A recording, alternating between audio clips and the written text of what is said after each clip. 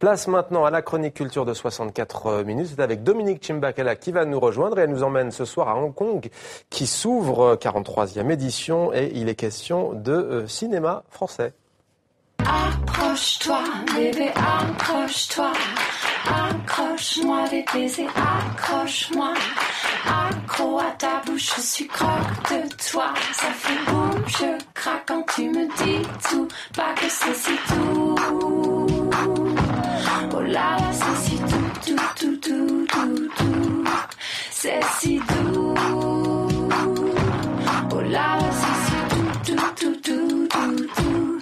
Allez, danse, danse, danse autour de moi. Bonsoir Dominique. Bonsoir le Mohamed. Festival du film français de Hong Kong, c'est parti depuis hier et donc on a vu notamment Qu'est-ce qu'on a fait au bon Dieu. Oui, voilà, c'était le film qui faisait l'ouverture. C'est la comédie de l'année en France, plus d'1 million de spectateurs.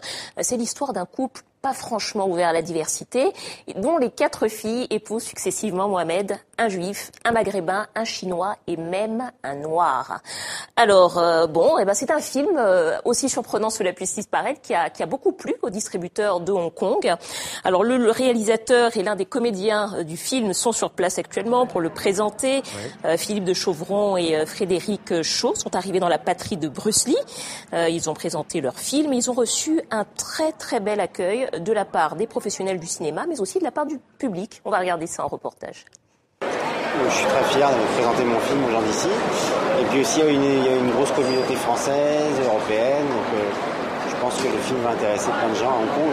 J'ai déjà vu des réactions dans la communauté asiatique française qui ont été hyper positives, grâce aussi à l'acteur Fred Shaw. Voilà. C'était assez rare pour eux de voir un acteur d'origine asiatique qui avait un rôle important dans un film. Donc c'est aussi ça qui les a intéressés. Puis ça parlait aussi de leur vie et de la vie française. Voilà. Les gens n'aiment pas trop les comédies à message, moi non plus. Donc le meilleur moyen de faire passer ce message, c'est de les faire rire, je pense. Et comment s'appelle l'heureux élu? Chao, Pierre, Paul, Ling. Je pense que ça va être un grand succès à Hong Kong. J'ai adoré et je veux en parler à mes amis.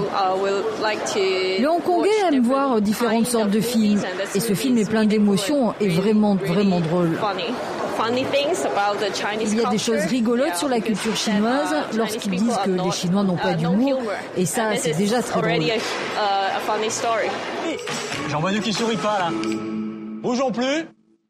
Je suis très content parce que je trouve que en étant dans la salle, que ça a été très très bien reçu. Les gens ont rigolé pleinement tout au long du film et ça me touche et ça me fait du bien. Ça me rend heureux. Le but de ce film a été de distraire les gens et j'ai le sentiment qu'on l'a fait déjà en France et de le voir que ça marche en fait à Hong Kong, un peu partout dans le monde, ça me remplit de bonheur et je suis très content. 10 minutes de retard, on est au moins sûr d'une chose, c'est pas un Chinois. Voilà, il y a encore beaucoup d'autres films à voir, des comédies, mais pas seulement, notamment le film Saint-Laurent avec Gaspard Ulliel. Et c'est jusqu'au 11 décembre. Jusqu'au 11 décembre, Dominique, le cinéma toujours avec la disparition d'un grand nom du 7e art. Marc Nichols, ce réalisateur du film Lauréat, nous a quittés. Oui, le Lauréat, grand film, film de toute une époque. C'était en 1967, l'histoire d'un jeune homme qui se laisse séduire par une amie de ses parents.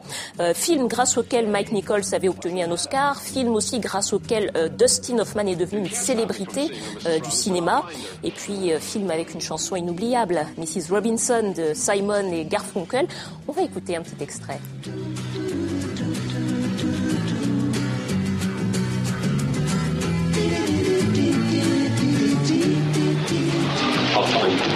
I don't think so.